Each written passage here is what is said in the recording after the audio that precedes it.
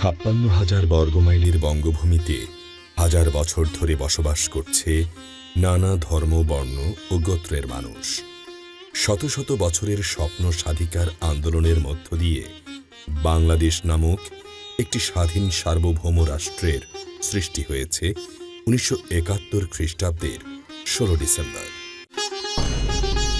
এই স্বাধীন সার্বভৌম রাষ্ট্রে বাস করে হিন্দু, মুসলিম, বৌদ্ধ, খ্রিস্টান সহ নানা জাতি গোষ্ঠীর মানুষ। সকল ধর্মের সকল মানুষ বঙ্গভূমিতে নিজ নিজ ধর্ম পালন করেন আপন মহিমায়। বিভিন্ন ধর্মের মানুষের ধর্মীয় উপাসনার জন্য বাংলার বিভিন্ন স্থানে শত শত বছর আগে স্থাপন করেছেন উপাসনালয়।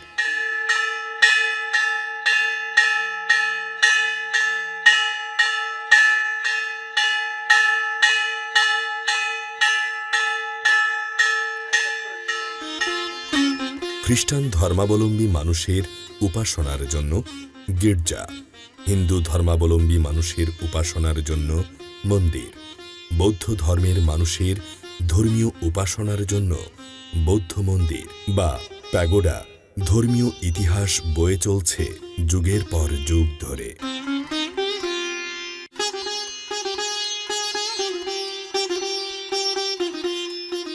খ্রিস্টান ধর্মের প্রবর্তক স্বয়ং যীশু খ্রিস্ট। তিনি মাত্র ১২ জন প্রেরিত শীর্ষ নিয়ে বাণী প্রচার কাজ শুরু করেন। ৫২ খ্রিস্টাব্দে যীশুর শিষ্য টমাস প্রথম ভারতের সমুদ্র উপকূলে আসেন ধর্ম প্রচার করতে। ৭২ খ্রিস্টাব্দে উগ্রপন্থীদের হাতে নিহত হন টমাস। ১৪৯৮ খ্রিস্টাব্দের ২০ মে পর্তুগিজ নাবিক ভাস্কো দা গামা ভারতের কালিকট বন্দরে এসে পৌঁছান ধর্ম প্রচারের জন্য। পঞ্চদশ শতাব্দীর শুরু থেকেই বিভিন্ন ধর্ম সংঘের মিশনারিগণ এদেশে আসতে শুরু করেন বাণী প্রচার করতে।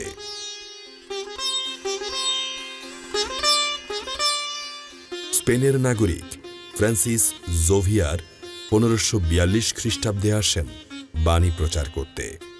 পর্তুগিজ মিশনারিগণ ১৫১৭ খ্রিস্টাব্দে প্রথম একটি কেন্দ্র গড়ে তোলেন চট্টগ্রামের দিয়ং উপকূলে।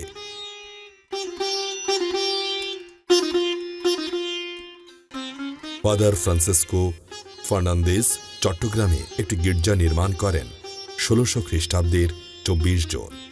অন্যদিকে সাতক্ষীরা জেলার ঈশ্বরীপুরে একটি গির্জা নির্মিত হয় ১৬০০ খ্রিস্টাব্দের ১ জানুয়ারি। পূর্ববঙ্গে খ্রিস্টান ধর্মাবলম্বীদের উপাসনার জন্য এটাই প্রথম গির্জা। ভাওয়াল পরগনায় নাগরী তালুক ক্রয় করেন এবং ফরিদপুর থেকে খ্রিস্টান বিশ্বাসী সহ টলেন্টিনোর সাধু নিকোলাসের গির্জা নাগরীতে স্থাপন করেন। নাগরী ধর্মপল্লীর প্রতিপালক টলেন্টিনোর সাধু নিকোলাস নামেই নামকরণ করা হয় টলেন্টিনোর সাধু নিকোলাসের গির্জা। এই ধর্মপল্লী শুরু হয় সেই ফরিদপুর কুশাডাঙ্গায়। সেখান থেকে তারা বাণী প্রচার করতে শুরু করেন এবং আপনারা যদি একটু লক্ষ্য করেন এই গির্জার উপরে লেখা দেখবেন ১৬৬৩ খ্রিস্টবর্ষ সেই খ্রিস্টাব্দ। তাহলে সেখানে তারা প্রথম শুরু করেন এবং ধীরে ধীরে তারা এই জায়গায় পরবর্তীতে স্থাপনা তৈরি করেন, এই গির্জাঘর, পুরাতন গির্জাঘর স্থাপন করেন। সেটা ১৮৮৮ খ্রিস্টাব্দ। এবং এই নাগরী সাধু নিকোলাসের ধর্মপল্লীতে রয়েছে বর্তমানে ১৬টি গ্রাম এবং সব গ্রাম মিলে আমাদের খ্রিস্ট ভক্ত রয়েছে প্রায় ৮,০০০-এর মতো। এবং এই নাগরী ধর্মপল্লীকে বলা হয় মাতৃধর্মপল্লী, কেননা এখান থেকেই আশেপাশের যে ধর্মপল্লীগুলো রয়েছে, মিশন রয়েছে, সেগুলো প্রতিষ্ঠিত হয়েছে। আমাদের যে গির্জাঘরটি রয়েছে সেখানে আপনারা লক্ষ্য করলে দেখতে পারবেন এই ডিজাইন এবং এর নকশা সব পর্তুগিজদের করা এবং তারা যে মালামাল ব্যবহার করেছেন, কাঁচামাল ব্যবহার করেছেন, সেগুলো অনেক সেই দেশ থেকেই বেশিরভাগ আনা। আপনারা ঘুরে ঘুরে দেখলে সেটা বুঝতে পারবেন। বাংলাদেশের নামি দামি মানুষ এবং ইউনিভার্সিটি থেকে তারাও এই গির্জাকে নিয়ে বিশ্লেষণ এবং এই গির্জা নিয়ে পড়াশোনা করার জন্য এখানে আসেন এবং অনেক বিদেশি মানুষ এই গির্জাঘর দেখতে আসেন এবং তারা এ নিয়ে গবেষণা শুরু করেছেন এবং গবেষণা করে যাচ্ছেন। টালিংটনুর সাধু নিকোলাসের গির্জা নির্মিত প্রথম গির্জাটি ছিল পুরাতন কবরস্থানের দক্ষিণ পাশে মাটির দেয়াল ঘেরা ছনের ছাউনি দিয়ে। এই অঞ্চলের খ্রিস্টানদের সংখ্যা বৃদ্ধির ফলে সাধু নিকোলাসের নির্মিত মাটির গির্জাটির পূর্ব পাশে ইট সুরকির বড় গির্জাঘরটি 1888 খ্রিস্টাব্দে নির্মিত হয়। মূলত এই গির্জাঘরটি পুরাতন গির্জাঘর এবং এই গির্জাঘরটির আশীর্বাদ করা হয় 1889 খ্রিস্টাব্দের 22 জানুয়ারি। এই গির্জাটির দুটি বড় টাওয়ার ছিল। ধারণা করা হয় 1897 খ্রিস্টাব্দে ভূমিকম্পে টাওয়ার দুটি নষ্ট হয়ে যায়।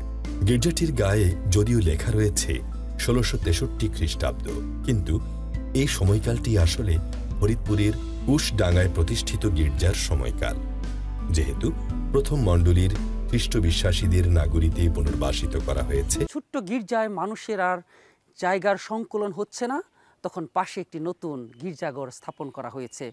শুরু হয়েছে 2005 খ্রিস্টবর্ষ, শেষ হয়েছে 2008 খ্রিস্টবর্ষে। এখন আমাদের দুটি গির্জা।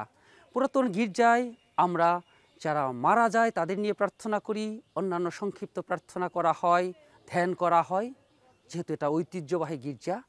এবং পরবর্তীতে নতুন গির্জায় আনুষঙ্গিক ধর্মীয় অনুষ্ঠান পালন করা হয়।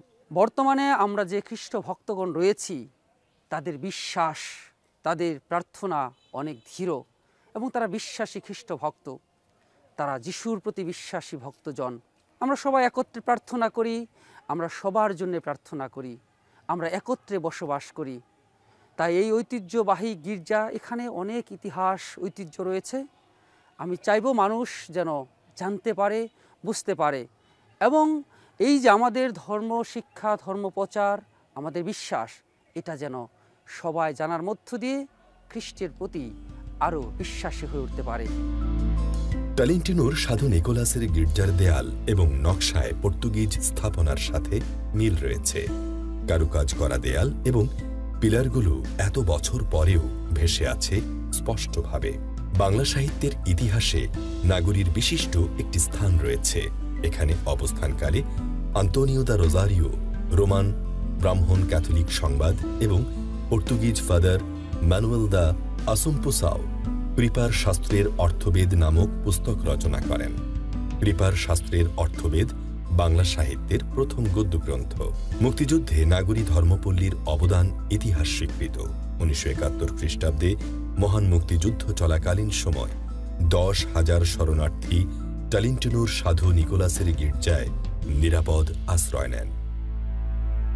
আমি দেখেছি যে এইখানে এই ছোট থাকতেই যে ফাদারের যে জমিদার ছিলেন ফাদার পিমেনেসিস, তারপরে ফাদার পলিকাপ, তারা এসছেন এবং এইখানে গওয়ানিস ফাদাররাই এই জমিদারি পরিচালনা করেছেন।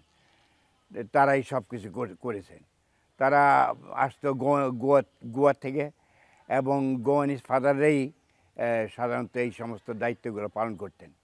তারপরে পর্যায়ক্রমে তাদের হাত থেকে এই আমাদের বাঙালি ফাদার তারা দায়িত্ব গ্রহণ করে এবং পরিচালনা করে। পার্শ্ববর্তী যে মিশনগুলো ছিল এগুলো সব নাগরিক আন্ডারে ছিল, কিন্তু পর্যায়ক্রমে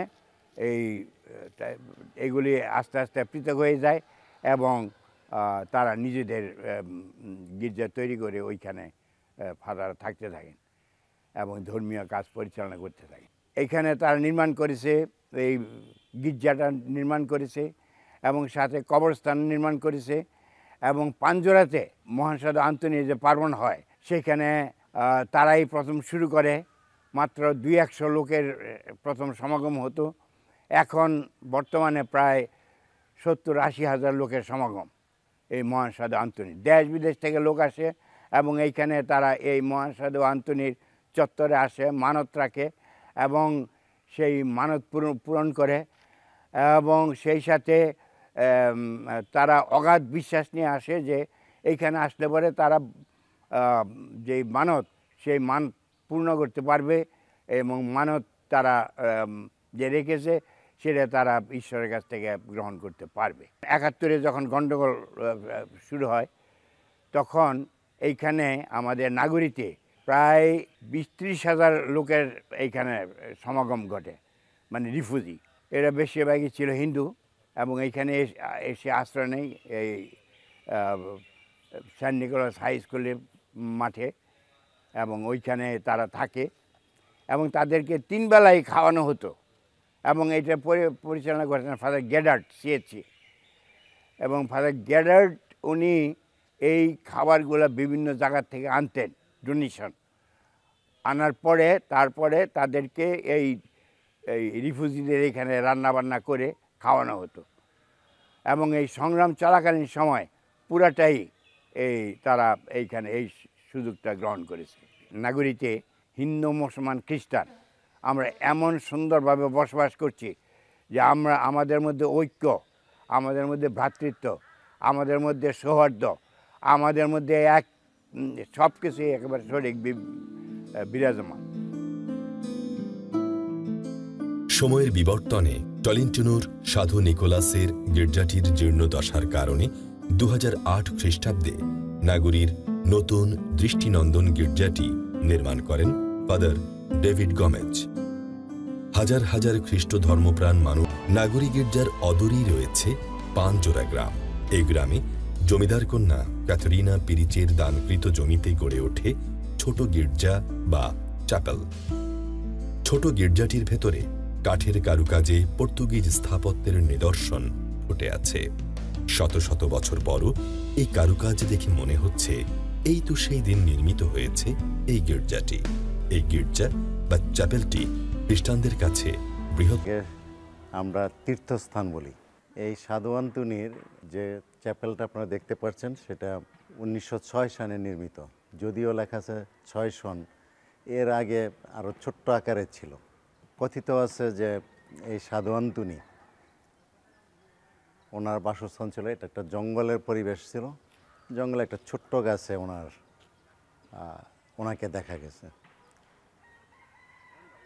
যখন দেখা গেছে তখন এখান থেকে আমাদের সেই পুরাতন গির্জা নাগরী ধর্মপল্লীতে এই মূর্তিটাকে ওখানে নিয়ে যাওয়া হয়। ওখানে নেওয়ার পরের দিন রাত্রে সকালে দেখা গেছে ওখানে আর মূর্তিটা নেই, আবার এখানে চলে আসছে। তখন একজনকে স্বপ্নে দেখানো হয়েছে যে আমার স্থান এখানে। তখনই কিন্তু এখানে এই তীর্থের কাজ শুরু হয়। খ্রিস্ট ভক্তগণ এখানে আসেন এবং ওনার কাছে মানত শুরু করেন। বিভিন্নভাবে মানত হয়। এখানে ধর্ম বর্ণ নির্বিশেষে সবাই আসেন, যার যার মানত এখানে পেশ করেন এবং অনেক সাক্ষ্য আছে।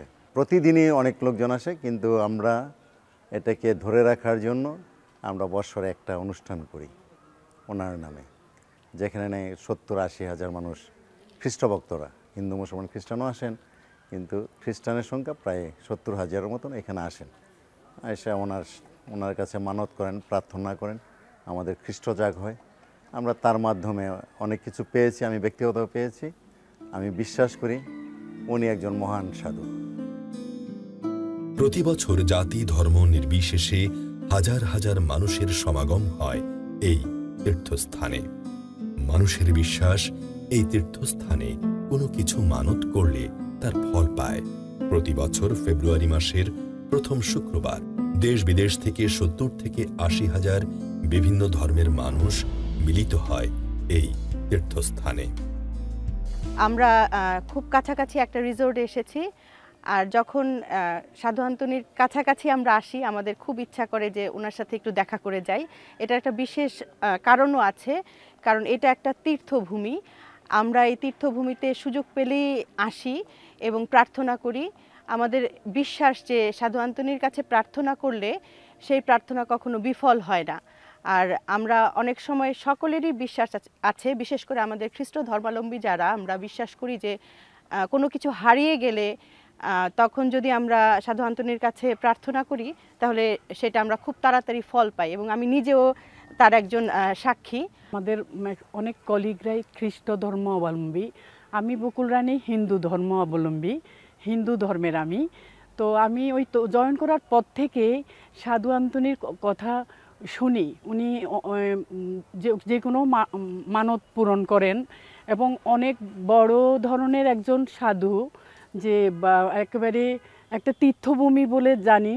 আর আমার বাসা যেখানে আছে সেখানেও খ্রিস্টানরা আছেন, ওনারাও আসেন ওই থেকেই, অনেক দিন আগ থেকেই। আমার খুব মানে পূজনীয়, শ্রদ্ধেয়, বিশ্বাসের একটা জায়গা সাধু আন্তনির এই তীর্থভূমিটা।